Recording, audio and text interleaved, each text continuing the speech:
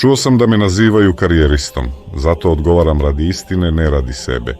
Sveti Sava je bio tipičan čovjek svog vremena. On je bio karijerista. U vremenu u kojem sam živeo nije postojao pojam karijere u današnjem smislu. Društveni poredak tog vremena bio je zasnovan na dužnostima i služenju zajednici. Ko te pojmove prenosi u srednji vek, izmešta istoriju iz njenog vremena. Rođen sam kao sin vladara.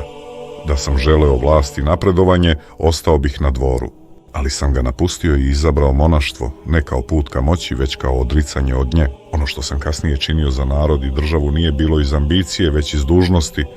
Osnivao sam škole pri manastirima i učio svoj narod. Istorija se razume u svom vremenu ili se uopšte ne razume. Zato kada govorite o prošlosti, ne merite je rečima sadašnjice.